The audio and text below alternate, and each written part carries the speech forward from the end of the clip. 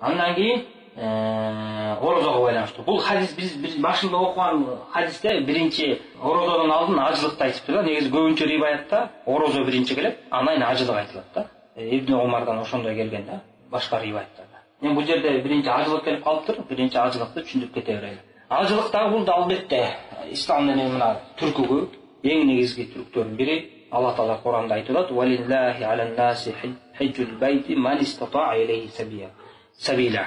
Адамдардын моюндарына милдет Алла Таала үчүн ошо ажылык кылуу адамдардын моюнуна милдет болду. Не Алла Таала үчүн ман истата'a илейхи сабила, ким ошого ажылык кылууга кудурети жетсе. Демек ажылык кылуу ар бир мусулмандын милдети. Балакатка жеткен эркек аял болобу, жашоодо бир жолу ажылык кылуу милдет болуп саналат. Бир жол. Андан тышкары ашыкча кылам деген болсо соопсуздук үчүн. Кандай кишилер ажылык кыла алат? Албетте ошол ажыга Алла Таала айткандай манистата илек сабила деп ошого барып келе турган кудурети болсо, күчү жетсе де. Демек ошол ажыга барып келе тургандай ошол адамдын акчасы, унаасы болуш керек. Азыркы заманда самолет менен, автобус менен дегендей. Ошого барганга мүмкүнчүлүк болуш керек. Барып кайтып келгенде акча жетиш керек. Эгерде үй бүлөлүү болгон болсо, ошо барып келгиче үй бүлөсү да камсыз болуп туруш керек нафака жагынан. Ошондой деңгээлге жеткен адам, акчасы ушундай деңгээлге жеткен адам анын моюнуна ажылык кылыш парз болот.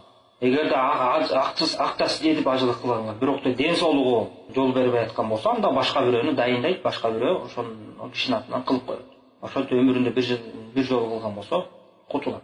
Эми бул азыркы заманда болжол менен бир 3,5 миңге 4 миң доллардын тегереги да. Балким андан кичине көбүрөөк болушу ыктымал. Эми жыл сайын бизде муфтиятта жарыялап атпай, быйыл ажыга мынча акча, ажынын баасы мынча. Ошого жараша болот да. Эң негизги бара турган адам биринчи өзүн эсептейт да, барып келгенге акчам жетеби, үй бүлөм болсо мен келгиче үй бүлөм камсыз болуп турабы, ошонун баарын эсептейт да. Болжол менен эми ажы баргандар бир айдын тегерегинде болуп келишет да.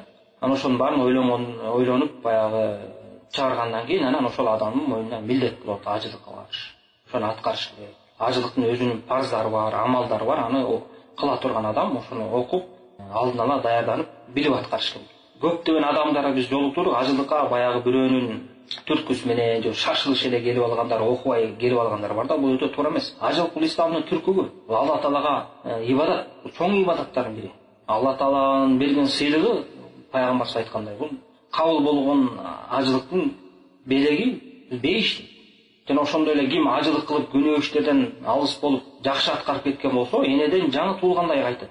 Эгерде чоң күнөөлөрүнө тоба кылса, чоң күнөөлөрүнөн бери энеден жаңы туулгандай кайтат. Эгерде тоба кылбаса да кичинекей күнөөлөрүнөн энеден жаңы туулгандай кайтат. Мына ушундай чоң артыкчылыгы бар да. Ошо ар бир адам даярданып келиш керек, окуш керек алдын ала, кантип ажылык кылам, кандай ибадаттар аткарылат, эмнелер тыюу салынат ажылык убагында, эмнелерге уруксат, ажынын түркүктөрү, сүннөттөрү, ошонун баарын окуп, даярданып анан ажылык аткарыш керек. Түрлү эле бирөөнү ээрчип жибербей, ыхластуулукту коюп.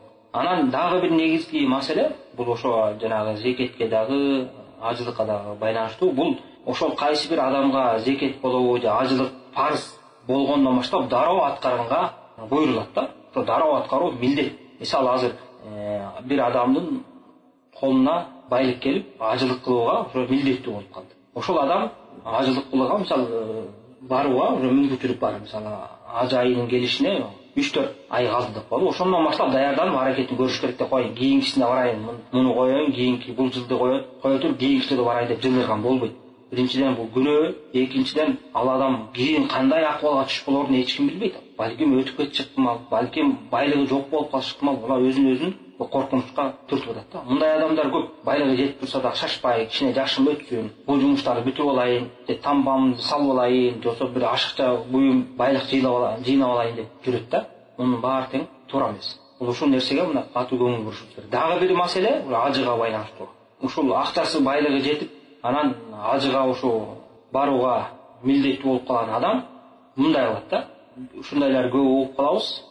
Акчасын мен ажыга барып келгиче жетим жесирлерге, муктаждыктарга берип салайын, ушул жакшы го деп таратчылат да. Бул туура эмес. Жетим жесирлерге, муктаждыктарга жардам берүү бул мустахаб, сүннөт.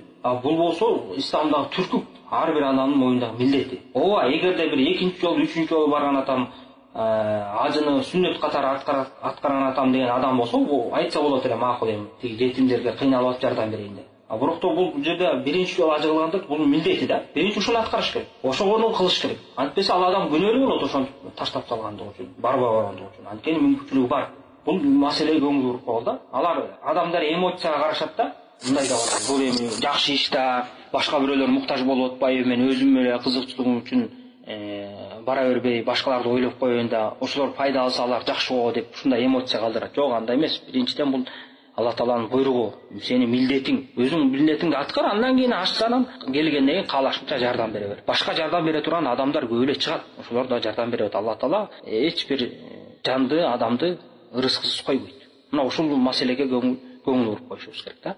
Анан баягы ажынын башында айтпай калып турмун, ажылык парыз болуу ошол жанагы байлык айтып атпайбы? Бул байлык ушу негизги муктаждыктардан ашкан байлык да. Мисалы адамдын өзүнүн үйү, айдаган машинеси, мисалы акча чогултуп атып, мен үй салып алайын, бала чакам башкалыкка калкалай турган үй салып алайын деп акча чогултуп атса, уже зекетке жетип калыптыр деген болбойт да. Ал өзүнүн негизги муктаждыгы үчүн чогултуп атат да. Ажылыкка жетип калыптыр депчи. Ал ошо үйүн салып, анан ошондон негизги муктаждыктарын, үйүн, алдындагы унаасын алып ошону жапкандан кийин анан ашса, ошондо гана ажылык барып аткарып бериш керек.